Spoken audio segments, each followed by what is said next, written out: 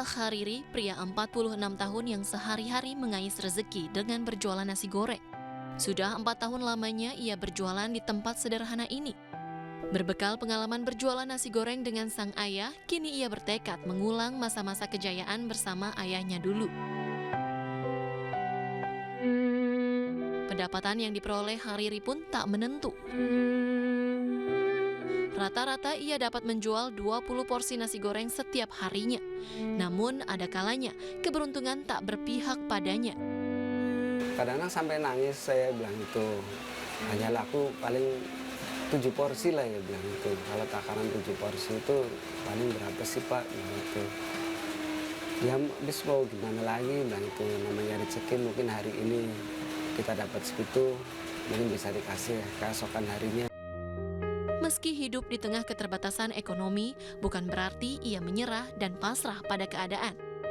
Dengan ikhlas dan sabar, ayah 3 orang anak ini selalu berharap untuk hidup yang lebih baik. Sedih banget Pak, bilang gitu. Sedih, benar sedih. Karena namanya manusia, pasti manusiawi lah. Nah itu, berpikir, ya Allah, nah itu. Sampai kapan istilahnya saya dalam keterpurukan, gitu. Sampai kapan saya istilahnya bisa menemukan tempat yang lebih layak lagi, bilang itu untuk menopang hidup keluarga, gitu. Sementara anak-anak saya masih kecil, gitu. Pengen saya itu kan, yang penting anak-anak bisa sekolah Pak. Biar kata orang tua nggak punya apa-apa, yang penting kita bisa mewarisi ilmu.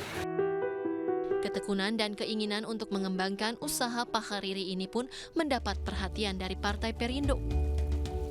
Assalamualaikum. Waalaikumsalam warahmatullahi wabarakatuh. Alhamdulillah ketemu juga. Kenalin Pak, saya Insyawati Ayus dari Partai Perindo. Semangat Bapak untuk yakin makin berkembang. Kami Partai Perindo memilih Bapak untuk memberi bantuan gerobak.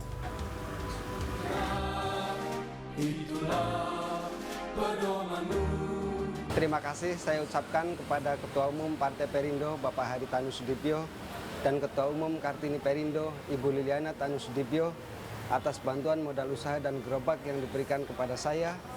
Semoga Partai Perindo maju terus dan sukses selalu. Kini dengan gerobak Partai Perindo, usaha Pahariri pun menjadi lebih menarik. Semangat Pahariri, gapailah impian untuk hidup yang lebih baik demi keluarga tercinta di rumah. 20 warga negara Indonesia korban perdagangan manusia di Myanmar berhasil dibebaskan. Mereka dibawa ke perbatasan Thailand sebelum akhirnya dipulangkan ke Indonesia.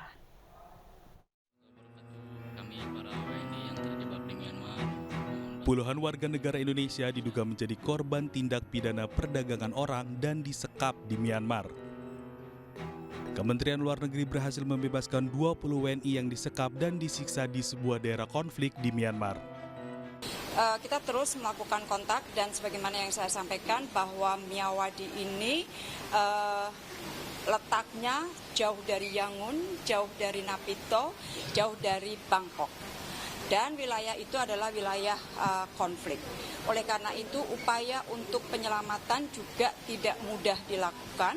Kita menjalin kontak dengan semua pihak yang dapat kita kontak termasuk dari local authorities-nya. Dan alhamdulillah teman-teman, pagi tadi kita sudah dapat menyelamatkan 20 WNI korban perdagangan manusia di online scam di Myawadhi. Ke-20 WNI ini dibawa ke perbatasan dalam 2 gelombang. Jumat 5 Mei, 4 orang dan kemarin 16 orang berhasil dibawa ke Bangkok. Sebelumnya, para korban diberangkatkan untuk bekerja di Thailand. Namun faktanya justru dibawa ke Myanmar dan bekerja dengan tidak layak hingga mendapat perlakuan fisik serta psikis. Tim Liputan iNews melaporkan. Pemirsa, Presiden Joko Widodo sore ini mengunjungi Labuan Bajo melakukan peninjauan terakhir sebelum penyelenggaraan KTT ASEAN Summit ke-42 dimulai pada esok hari. Jokowi didampingi oleh Menteri PUPR Basuki Hadi Mulyono, Menteri Perhubungan Budi Karya Sumadi, Menteri Luar Negeri Retno Marsudi hingga tokoh pemerintah setempat.